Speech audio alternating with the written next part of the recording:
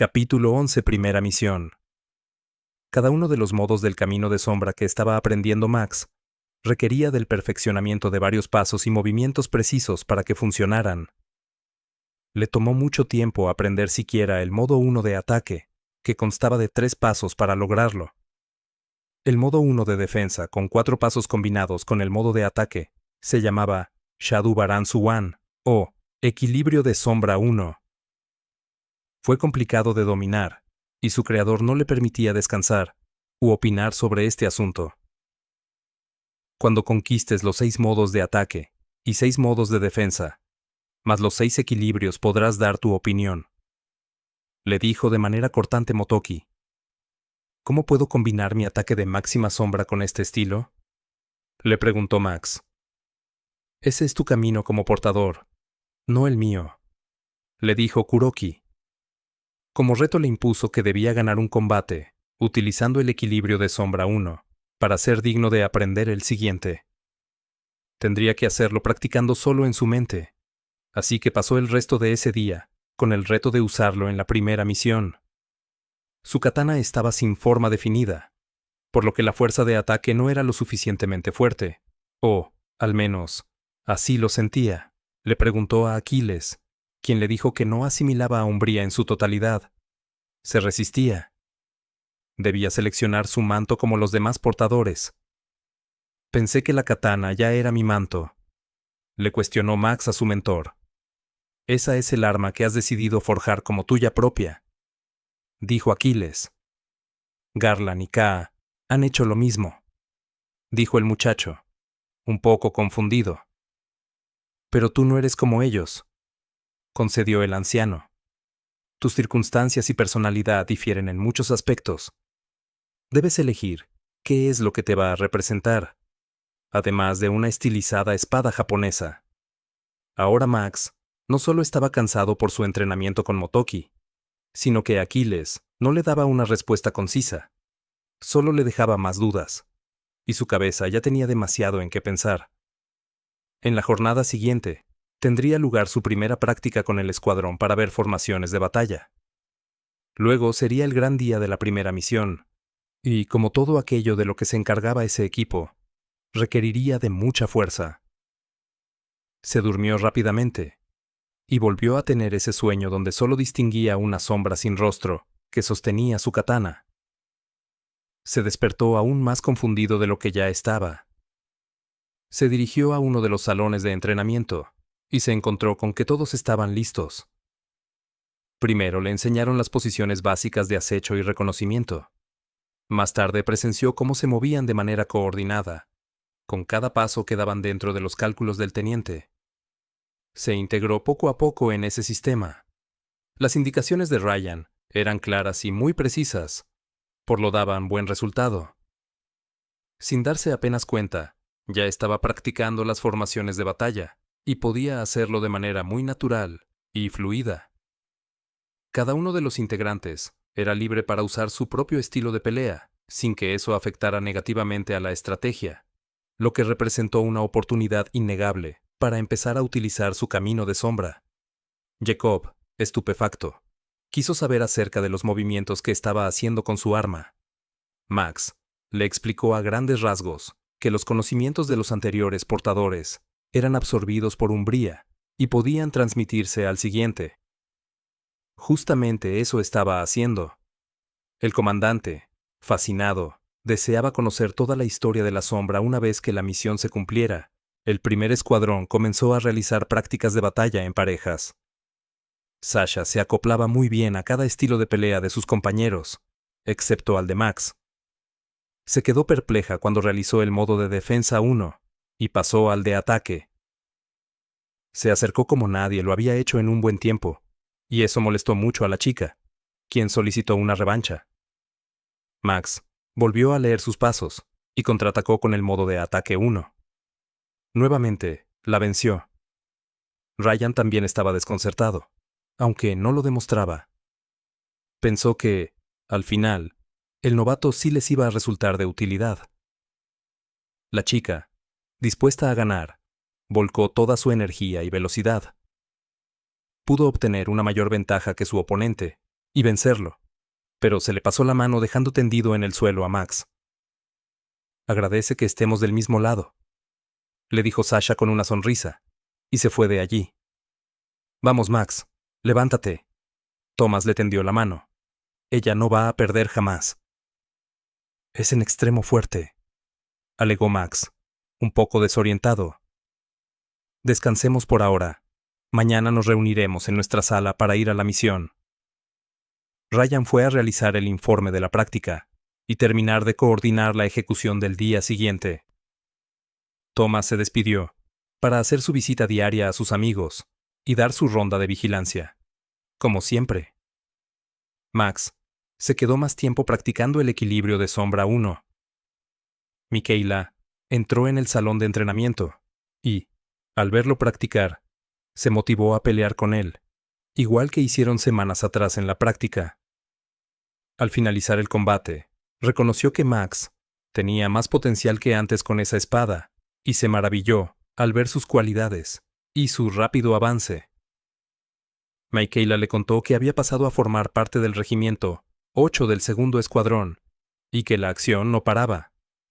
Ella no iba a incursionar en la misión con ellos, aunque siempre debían estar preparados para salir a pelear. Le gustaba mucho su nueva posición, e incluso encontró varios registros de su abuelo, cuando formó parte de ese mismo batallón. Después de la forja de arma, y cuando ésta ya tomaba una apariencia más normal, una persona del cuarto escuadrón se encargaba de diseñar accesorios para que pudieran guardar sus armas, sin necesidad de portarlas constantemente. Existía la posibilidad de colocar una runa de espacio-tiempo para convocarlas de manera inmediata. Por eso las armas aparecían de la nada, lo que resultaba ser una experiencia maravillosa. Le actualizó un poco sobre los demás. Por su velocidad, Peter era parte del regimiento junto al teniente Julien, y le iba muy bien. Las gemelas fueron asignadas a un grupo especial, entre el escuadrón 3 y 4, para desarrollar runas médicas. El entusiasta de Charlie no deseaba formar parte de los escuadrones, y había sugerido integrarse en la comunidad docente para entrenar a los aspirantes antes de la ceremonia de ascenso.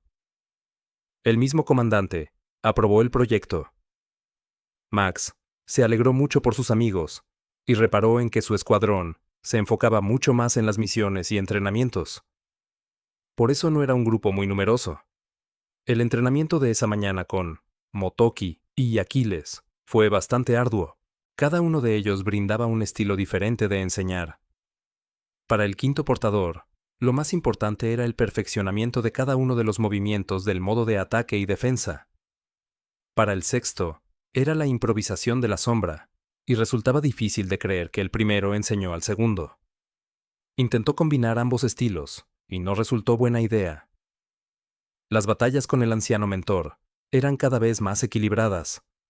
Max ya lograba teletransportarse más lejos, y en mayores ocasiones, pero intentar invocar aquellos recursos que fueron tomados por sus antecesores no le parecía correcto, porque pensaba que no lo había conseguido con su esfuerzo, y por eso se negaba a hacerlo. Tendrás que dejar de pensar de manera tan cerrada, le dijo Aquiles. Solo creo que no es necesario usar nada de lo que ustedes tomaron, contestó Max. Un ejército de miles de guerreros. Claro que es necesario utilizarlo en batalla.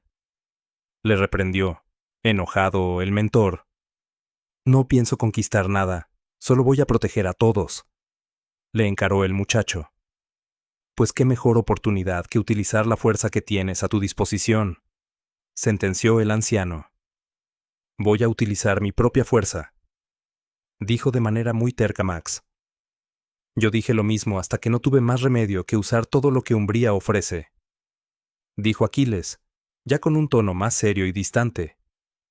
Encontraré la manera, continuó Max, un poco cansado de sentirse evaluado y subestimado. Tal vez tú sí que lo logres. Le motivó su maestro, y lo dejó practicar solo. Convocaron a los miembros del primer escuadrón a la sala de juntas para volver a repasar su plan de acción. Primero se encontrarían con los miembros del quinto escuadrón, ubicados en las cercanías del lugar donde se llevaría a cabo la subasta.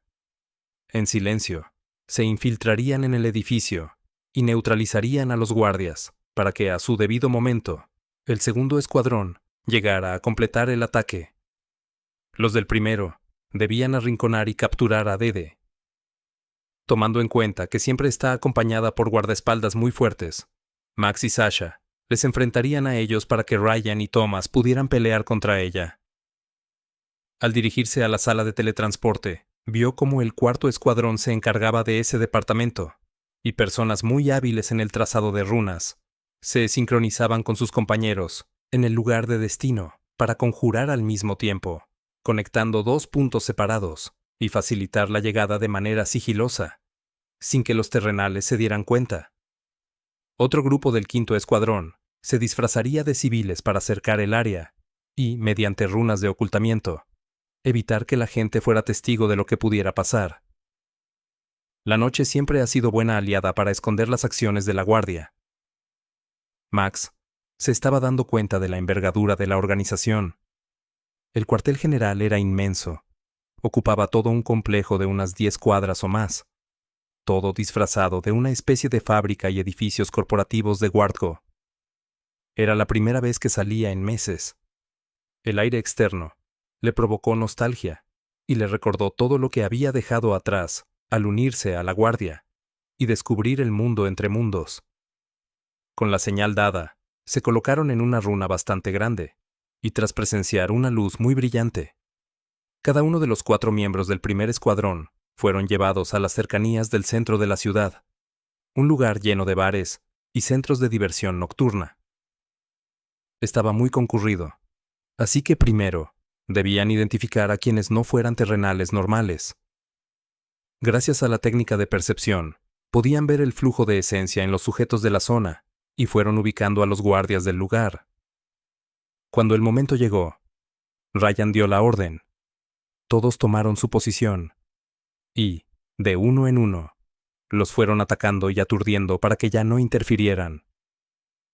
En el lugar donde Max estaba esperando para atacar al siguiente objetivo, vio un pequeño grupo de jóvenes pasar, y entre ellos reconoció a Rachel. Había salido con su grupo de amigos, y se dirigían hacia él. Se puso muy nervioso al verla otra vez, y trató de ocultarse. Estaba seguro de que ya no lo recordaría, y de todas formas, prefería no encontrarse con ella. El tipo que hacía guardia les dejó pasar. Max se preguntó qué otro tipo de asuntos se estarían manejando allí. Al recibir la orden de su teniente, realizó una breve teletransportación, dejando inconsciente y atado al vigilante. El interior de ese local albergaba una discoteca muy normal, con terrenales normales, aunque también había gente con influencia oscura. La presencia de energía demoníaca era notable por todo el lugar. Seguramente habían llamado la atención de jóvenes para luego capturarlos y usarlos como alimento, o peores cosas. Todo el primer escuadrón ya estaba dentro del lugar. Ryan ordenó un rápido análisis, y Max informó sobre la presencia de más enemigos de los que habían calculado. Sasha lo confirmó, y mencionó que había 3 salones distintos con un bloqueo de runas especiales, donde ya habían llevado a varias chicas. Alguien con dinero y poder buscaba energía fresca en 2 de esas habitaciones, mientras que la tercera era un gran almacén, y ahí se procedería a la subasta que iba a dar inicio en poco tiempo. Ryan y Thomas irían a la última habitación para atacar en el momento justo. Los otros 2 neutralizarían las actividades que pusieran en peligro a los demás. Una vez finalizada esa acción, llamarían al segundo escuadrón y se encontrarían para ejecutar el plan. Disponían de menos de 30 minutos. Max siguió al grupo de Rachel. 2 sujetos bastante arreglados les invitaban a una fiesta privada en la zona más exclusiva de la discoteca. Aceptaron con entusiasmo y fueron con ellos.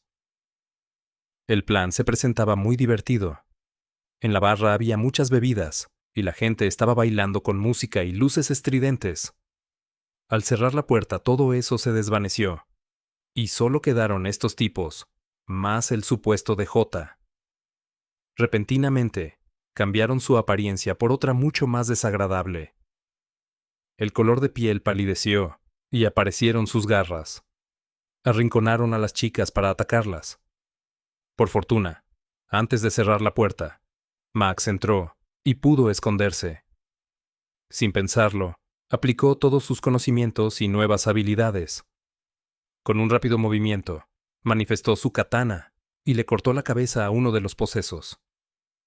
Al verla rodar, sus compañeros se quedaron confusos y atacaron a Max, que utilizó el modo de defensa 1, y se le hizo relativamente sencillo bloquear a los dos al mismo tiempo.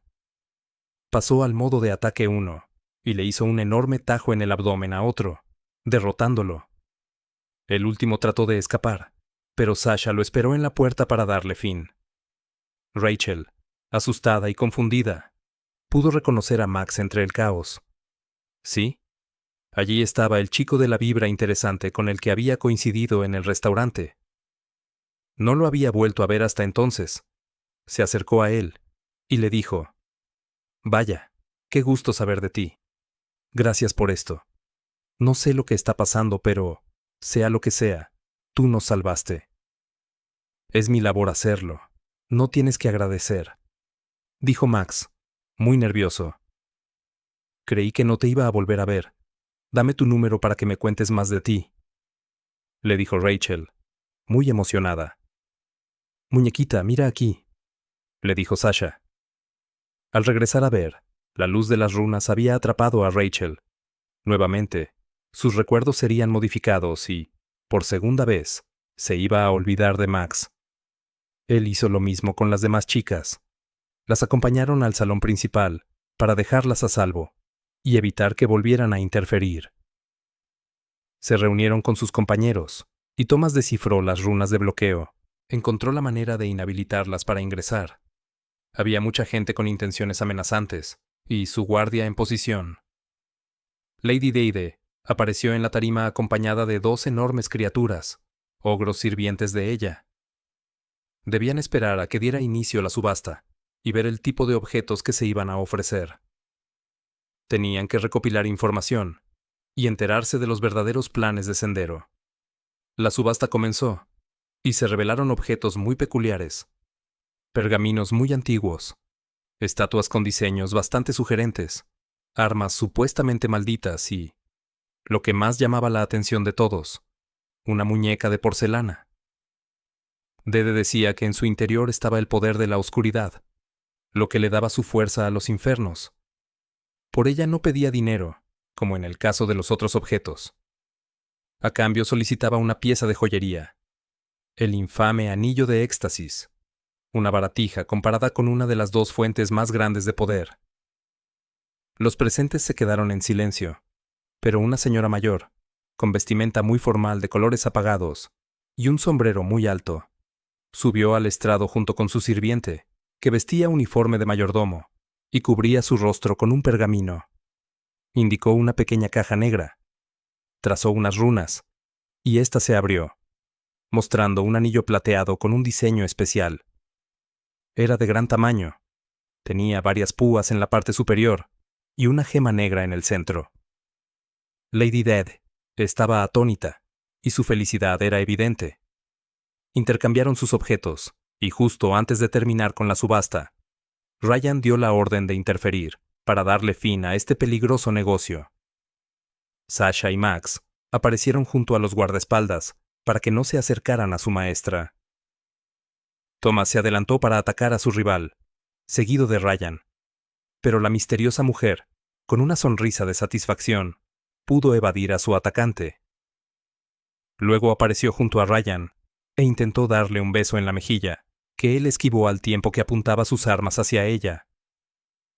Los presentes empezaron a escapar. Sasha dio la señal para que el segundo escuadrón aprisionara a quienes fuera posible. Para esto ya habían evacuado del edificio a los terrenales que no tenían nada que ver con ese asunto. Ryan estaba a punto de disparar cuando alguien aplaudió. De las sombras surgió un hombre vestido muy formal, con un traje negro de 3 piezas. Se acercó a ellos. Su cabello corto y negro estaba perfectamente peinado hacia un costado y lucía varios accesorios en su vestimenta: mancuernillas, pañoletas, guantes de seda, todo combinado entre el negro y blanco. Su rostro expresaba una mezcla entre orgullo, nostalgia e ira. «Mi estimado Ryan», dijo el hombre. Veo que has mejorado mucho en este tiempo, pero junto a mí hubieras logrado algo mucho mejor. Yo te maté hace 5 años, Bastille, respondió en seco Ryan. En realidad, era una especie de doble. La batalla fue espectacular. Todavía sueño con ella, amigo, dijo Bastille en tono de burla. Eres un traidor, y pondré fin a tus planes en este instante, declaró el teniente. A diferencia de ti, mi apreciado hermano de armas. Bastille decía esto con una marcada expresión de victoria. Sí hay gente con más visión en este mundo. Hemos llegado a un increíble nivel de poder, y ya tengo 2 de los elementos que me faltaban. Regresó a ver a Max mientras peleaba con el ogro. El chico jamás te seguirá. Hay nobleza en él, le dijo Ryan. Exacto, respondió Bastille. Su turno llegará más tarde. Lady Death se colocó junto a Bastille y le entregó el anillo. Él lo observó, y una sonrisa enorme se dibujó en su rostro. Thomas subió su guardia, pero un enemigo del que no tenían información apareció frente a él. Era un tipo que medía más de 2 metros. Sus extremidades eran extrañamente alargadas, y su apariencia era como la de un payaso de circo, solo que desaliñado y sin color. Llevaba puesto maquillaje blanco y negro en su rostro, con una sonrisa dibujada en su lado derecho y una expresión triste del otro lado. Sus ropas se asemejaban a las de alguien que había salido del manicomio, más que a un disfraz de feria.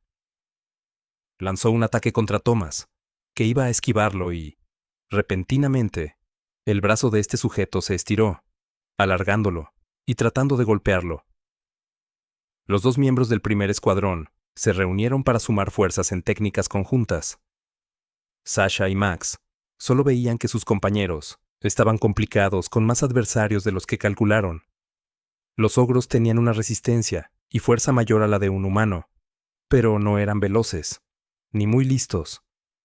La chica, sin perder el tiempo, al ver a Bastille entrar en escena, sacó su espada del estuche, y ésta se encendió en llamas. Cada vez que hacía un movimiento, dejaba un rastro largo de fuego, como si danzara. Cuando estaba cerca de su oponente, realizó otro movimiento, y se formó una pequeña cabeza de dragón. El rastro anterior era ahora parte del cuerpo de la mítica criatura, que se movía como si tuviera conciencia. Sasha dijo: Dragón menor ascendente. Todo el poder del fuego fue hacia el ogro, envolviéndolo en llamas y acabando con él. Max, por el momento, se limitaba a defenderse. La criatura le soltó un fuerte golpe que lo mandó directo al muro, y sintió la mirada de Bastille en él. Una voz en su cabeza le decía que no se distrajera, o le iría muy mal. Era Aquiles que, al parecer, estaba presenciando su combate. Volvió su atención a su adversario, y, al ver lo que Sasha hizo, usó la teletransportación para marear al monstruo. Cuando éste levantó sus brazos, tratando de agarrarlo en el aire, Max usó su técnica de máxima sombra, a una escala menor de la que empleó en la ceremonia, y le dio de lleno al ogro, dejándolo fuera de combate. Thomas luchaba con el payaso aterrador, y Ryan mantenía la posición hasta ver el primer movimiento de Bastille. Sasha y Max se unieron con su guardia lista, pero tras ellos apareció otra figura, la de Whiteface. La chica no pudo contenerse y se lanzó al ataque para vengar a su hermano. El enmascarado solo estaba esquivando los golpes, usando el mismo estilo de combate que ella. Leía sus movimientos perfectamente, y esto enfureció a Sasha, que sacó su espada, aunque con el mismo resultado, sin lograr hacerle nada. Lady Dede vestía un traje de noche lleno de lentejuelas color púrpura, que se disolvió al mover sus manos, transformándose en una vestimenta deportiva del mismo color y ceñida a su figura. Sus uñas crecieron de manera que formaron unas cuchillas del mismo tono. Se lanzó contra Ryan, que la contuvo con facilidad. Quería darle tiempo a Bastille para que pudiera convencer a Max de unirse a ellos. Bastille, con una sonrisa en sus labios, sostenía la caja negra que contenía el anillo. La cerró mientras con la mirada analizaba a Max en profundidad. Se dice que la verdad está escrita en nuestros rostros, Maximilian, empezó diciendo Bastille. No te entregaré a Umbría jamás, alegó Max. Tu rostro me dice que no me la vas a dar, pero indica un terror a lo que viene. Siguió el líder de Sendero. Es verdad que tengo miedo, pero no de ti, sino de lo que quieres hacerle al resto de las personas, dijo el portador. Y no lo permitiré. Me imagino que te contaron la versión de la guardia sobre el pequeño encuentro de hace unos años. Bastille puso un gesto de querer recordar algo. Pero ellos son los que han hecho más daño que bien a la humanidad. Si miras a ese mundo, puedes ver la avaricia, y como cada día, destruyen más recursos, solo para llenar los bolsillos de algunas personas. Eso no es justo. Encima reciben protección a cambio de ignorancia o desinterés. No creo que sea correcto que sigamos siendo una leyenda urbana. Somos más fuertes y capaces que ellos. Debemos estar arriba, en el lugar que nos pertenece. De ahí en adelante, cada ser tendrá su alma despierta para aportar a la sociedad de la mejor manera. ¿No te parece? Tendríamos un lugar mejor, compuesto de personas superiores, y en un camino de verdadera paz para todos. Sígueme, muchacho. Yo soy el sendero que te llevará a magnificar tus habilidades y poderes. Tú y yo juntos reinaremos sobre todos estos seres inferiores. Bastille extendió la mano a Max. Se le acercaba paso a paso, con una sonrisa y una mirada muy amable. Parecía estar muy convencido de que lo que hacía y su vibra era cálida. Max no iba a caer en la trampa, ni en su falso juego de ser alguien bondadoso. Manifestó su katana y lanzó su máxima sombra. Su nuevo adversario conocía sus planes y la esquivó sin esfuerzo. Bastille negó con su cabeza, mientras su sonrisa permanecía muy marcada en su rostro. Con un chasquido de sus dedos, todos sus colaboradores se acercaron. Los 4 enemigos estaban reunidos enfrente de Max. Los otros miembros del primer escuadrón llegaron a darle apoyo inmediatamente. Sasha, molesta por no seguir con su combate, estaba a punto de reiniciarlo cuando el fundador de Sendero volvió a sacar la caja negra. La abrió para tomar el anillo y colocarlo en su dedo anular derecho, desde el que expulsó una fuerte energía. Bastille, satisfecho, miró a sus rivales y, con una sonrisa en su rostro, dijo: Estimados, es momento de que observen el verdadero alcance y supremacía de Sendero. Somos el único camino a la verdadera paz. Esta es mi última oferta de que se unan a mí para hacer una verdadera revolución. Al no recibir respuesta alguna, bajó un poco la cabeza. Hizo un gesto de negación y cambió su expresión por completo. Ahora su mirada era amenazante. Dejó de sonreír. Levantó su mano derecha y el anillo se volvió negro. Era oscuridad pura. Se fue transfigurando en un enorme caballero de armadura con colores entre plateado y negro. Los picos que destacaban en el anillo ahora estaban presentes en todo su cuerpo. Emanaba un poder muy fuerte. Max jamás había sentido tal energía y no podía identificarla. La criatura rugió y se transformó en otra cosa. Ahora Bastille portaba una espada grande. Su cruz denotaba las púas características y su hoja de 2 filos expulsaba mucha energía de oscuridad. Este es éxtasis. Pertenece a los falsos príncipes demonio. Su poder está bajo mi dominio, y ustedes perecerán ante él, sentenció Bastille. Cariño, dijo Dede, evita hacernos daño a nosotros, por favor. A ellos no me importa. Empezó a reír. Un segundo después, Bastille estaba por acertarles un golpe directo, que Ryan evitó disparando una potente ráfaga. Su rival era extremadamente veloz. Max apenas podía cubrirse de cada corte, y los otros 2 chicos estaban igual. Ni siquiera podían seguirlo con la mirada. Su trayectoria era impredecible, y la fuerza de cada ataque era cada vez mayor. El teniente no tuvo más remedio que retirar sus bloqueos de energía para estar a la par que su enemigo. Creó un círculo de fuego alrededor de todos como escudo, pero su oponente tenía la capacidad de cortar las llamas.